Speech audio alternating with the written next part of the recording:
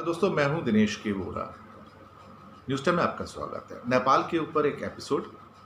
अब बहुत सारे लोग हिंदुस्तान के अंदर जो कई यूट्यूब चैनल्स पे भी आते हैं और कई बड़े बड़े अखबारों में, टीवी पे पत्रकार भी हैं। उनके जो संवाद हैं हमारे मित्र नेपाल के बारे में, वो अच्छे नहीं हैं। उन्होंने बहुत बार कई बातें ऐसी कही हैं कि जो उचित नहीं है, कि नेपाल की अर्थव्यवस्था कुछ भी नहीं, हमारे सामने बहुत छोटा है, उसकी हस्ती क्या है, उसकी अर्थव्यवस्था के अंदर जान ही कितनी है, और ना जाने क्या क्या बातें हैं। और फिर ये कहते हैं कि नेपाल अंदर से पूरा टूट चुका है, उसके अंदर अर्थव्यवस्था को खड़े होने की हिम्मत नहीं है, वो भारत का क्या मुकाबला करेगा। कि ये बातें एक बड़े देश के लिए अच्छी नहीं है। मैं खुद एक रिपोर्टर या एक कहा जाए कि पत्रकार होने के नाते मुझे ये कंपैरिजंस अच्छे नहीं लगते। ये तो फिर ऐसा हो गया कि हम ये कहें कि हम अपने आप को, हमारी इकोनॉमी को हम ऑस्ट्रेलिया से कंपेयर कर लें या अमेरिका से कंपेयर कर लें, तो क्या उचित होगा क्या? तो अगर सपोज करो कि नेपाल की इकोनॉमी समझो $300 बिलियन की इकोनॉमी है और हम समझो $3000 बिलियन की इकोनॉमी, जो है नहीं, अभी तो 2.5 पे आ गए हैं, या नेपाल $200 बिलियन समझो, चलो मैंने मान लिया एक बार को। तो अगर हम उससे 10-15 गुना बड़े भी हैं, तो अमेरिका भी तो हमसे 10-15 गुना बड़ा है।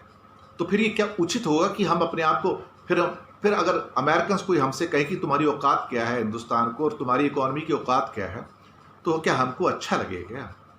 नहीं ना।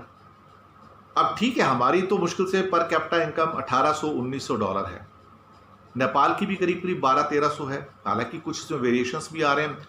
परचेजिंग पैरिटी के ऊपर उनकी इनकम ज़्यादा दिखाते हैं, लेकिन जो जीडीपी का जो डिवीजन करते हैं उसमें कम हो जाती है वो। पर ये कोई तरीका नहीं है। इससे क्या होता है कि संवाद की स्थिति पैदा नहीं होती और आप दूसरे को इंसल्ट करने पे आ जाते हैं। नेपाल छोटा देश है, ठीक है, 1,47,000 स्क्वायर किलोमीटर का एरिया है, करीब 3 करोड़ की आबादी है, लेकिन एक आम नेपाली व्यक्ति की जो हेल्थ है वो एक आम हिंदुस्तानी से ज़्यादा अच्छी है। ये मैं बता दूं आपको, क्योंकि पहाड़ के रहने वाले जो लोग होते हैं उनकी हेल्थ ज़्यादा अच्छी होती है। वहाँ पे शुद्ध वायु, पानी मिलता है, शुद्ध खाना मिलता है, तो उनकी हेल्थ अच्छी रहती है वहाँ पर। दूसरी बात, वहाँ पे बहुत बड़ी मात्रा में पावर प्रोडक्शन होता है, हाइड्रो इलेक्ट्रिक प्रोजेक्ट्स हैं, वो बिजली आगे दूसरे देशों को भी बेचते हैं। पानी की कमी नहीं है। हिमालयन कंट्री है तो उसमें अपनी बहुत पवित्रता है। भगवान भोलेनाथ का मंदिर है वहाँ पे काठमांडू के अंदर, पशुपतिनाथ का, तो उनको मेरा नमस्कार, प्रणाम। तो अभी तक मैं गया नहीं वहाँ पर, लेकिन कभी जाने का मौका मिलेगा तो ज़रूर भगवान पशुपतिनाथ के दर्शन भी करेंगे। अभी जो भी उनकी अर्थव्यवस्था है, लेकिन अर्थव्यवस्था होने के नाते उनके बारे में ऐसा कहने का कोई भी शब्द हमें यूज़ नहीं करना चाहिए। टूरिज्म सेक्टर उनका बहुत अच्छा है, बहुत लाखों टूरिस्ट हर साल आते हैं वहाँ पे। जो माउंटेनियर्स हैं वो भी आते हैं, नेपाल जो घूमने वाले वो भी आते हैं, चितवन में जाते हैं, पोखरा में जाते हैं, बहुत जगह लोग जाते हैं, भारत के नागरिक भी बहुत जाते हैं वहाँ पे। तो नेपाल से बड़ा प्यार है, सम्मान भी है, इज्जत बहुत है। तो ये जो कंपैरिजन है कि नेपाल हमारे सामने कुछ नहीं है और हम ये हैं वो हैं, तो फिर अपने आप को अमेरिका से कंपेयर कर लीजिए अगर इतना ही घमंड है तो। मैं इसलिए इन चीज़ों के अंदर इसको उचित नहीं मानता। कल को आप कहें कि हाँ जी, एक 3 करोड़ का कंट्री ऑस्ट्रेलिया है, आप उससे कंपेयर करो, तो ऑस्ट्रेलिया के सामने अब हमारी इकोनॉमी कहाँ ठहरती है, आप बताइए। हम ठीक है, हो सकता है $3 ट्रिलियन की इकोनॉमी होंगे, हो सकता है वो $1 ट्रिलियन की इकोनॉमी हो ऑस्ट्रेलिया, लेकिन उसकी पर कैपिटा इनकम तो $60,000 है, और हम $60,000 तक तो शायद अगले 100 साल में भी नहीं पहुंचेंगे। अगले 100 साल में तो हम क्या उनकी समृद्धि के साथ खुद को काउंट कर सकते हैं क्या? पर बहुत सारे लोगों में शायद अब वो सोच नहीं रह गई है। वो पता नहीं क्या सोच के वो एक हाथ में हवा का पंप ले आए साइकिल में भरने वाला, और सारा दिन पंप पे हवा भरते रहते हैं और अपने आप को दिखाते हैं जैसे हम पता नहीं क्या बन गए हैं, विश्व गुरु बन गए हैं, हम पता नहीं क्या बन गए। अरे भाई, जिस देश के 135 करोड़ लोगों में 100 करोड़ लोगों की इनकम $1000 से कम हो, यानी कि जितनी नेपाल की पर कैपिटा इनकम उससे भी बहुत कम हो, तो देश कैसे उसके ऊपर गर्व करेगा? जहां 100 करोड़ लोगों के पास एक वक्त की रोटी खाने के बाद दूसरे वक्त की रोटी ना हो और वहां बीमार व्यक्ति हों, वो कैसे गर्व करेगा, कैसे विश्व गुरु बनेगा?